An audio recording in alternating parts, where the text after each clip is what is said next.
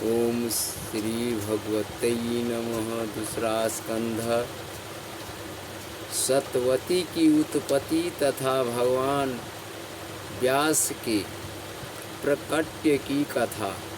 ऋषियों ने कहा, सूत जी, आपकी यह स्पष्ट वाणी महान आश्चर्य उत्पन्न कर रही है। हमारे मन में कई प्रश्न उत्पन्न हो गया है। पहली बात तो यह है कि जब पतिव्रता सतवती पति के घर पर थी, तभी उसने व्यास जी का जन्म कैसे हो गया। फिर इस स्थिति में राजा शांतनु ने सतवती से विवाह करके 2 पुत्र क्यों उत्पन्न किए। महाभाग, आप नए शीट पुरुष हैं, इसका रहस्य विस्तार पूर्वक कहने की कृपा कीजिए। सूत जी कहते हैं, जो आदि शक्ति है तथा जिनकी कृपा से चतुर्वर्ग अर्थ धर्म काम और मोक्ष सभी सुलभ हो जाते हैं, उन परम शक्ति को प्रणाम करने के पश्चात इस पुराण संबंधी वचन प्रसंग का मैं वर्णन करूँगा। विशेषता तो यह है कि भगवती जगदम्बिका बड्डमय बीज मंत्र किसी बहाने भी मानव के मुख से निकल जाता है तो उसे अविचल सिद्धि प्राप्त हो जाती है। अतः सभी का परम कर्तव्य है कि संपूर्ण कामनाओं की सिद्धि के लिए उसी मंत्र बीज से भली भांति भगवती जगदम्बिका का निरंतर चिंतन करे, क्योंकि मनोरथ पूर्ण करने में वे सदा तत्पर रहती है। एक धार्मिक एवं सत्य प्रतिज्ञ उपरिचर नामक राजा थे। चेदी सेन देश में उसकी राजधानी थी। उनके पास प्रचुर धन था। वे ब्राह्मणों के भक्त थे। उन्होंने इंद्र की आराधना की, जिससे प्रसन्न होकर देवराज ने राजा को एक स्फटिक मणि का बना हुआ सुंदर विमान दिया।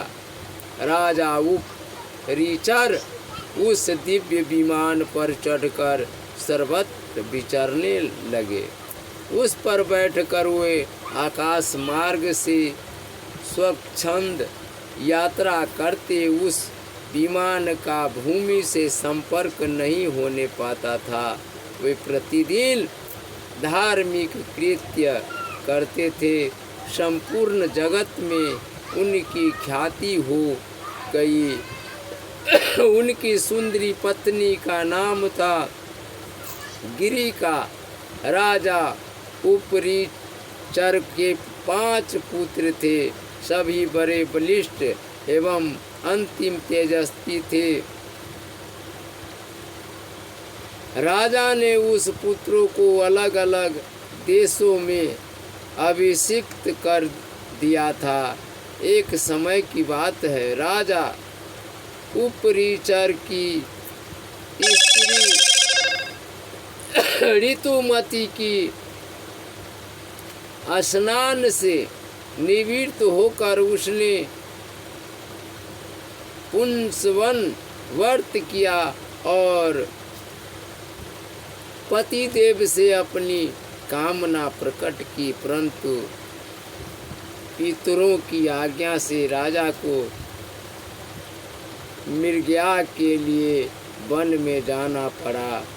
उस समय उनका चित्त उस भामनी में अटका था। वे उस सुंदरी भार्या को याद कर रहे थे। इतने में ही उनका शुक्र यश खलित हो गया। तब उन्होंने उस बीज को वट वृक्ष के एक पत्ते में रख दिया। राजा को रानी के ऋतु काल का ज्ञान था। सोचा किसी प्रकार भी यह बीज व्यर्थ न हो, निश्चय ही मेरा यह बीज अमोघ है, इसमें मैं अपनी स्त्री के लिए भेज दूं। इस प्रकार विचार कर पहले तो उस बीज को उन्होंने अभिमंत्रित किया, फिर वट पत्र के दोने में उसे रखा। पास ही एक बाज पक्षी था। राजा ने उसे कहा, महाभाग,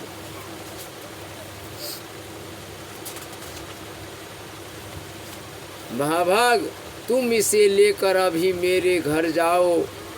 सौम्य इसे घर पर ले जाकर मेरी प्रियसी भार्या गिरिका को तुरंत दे देना।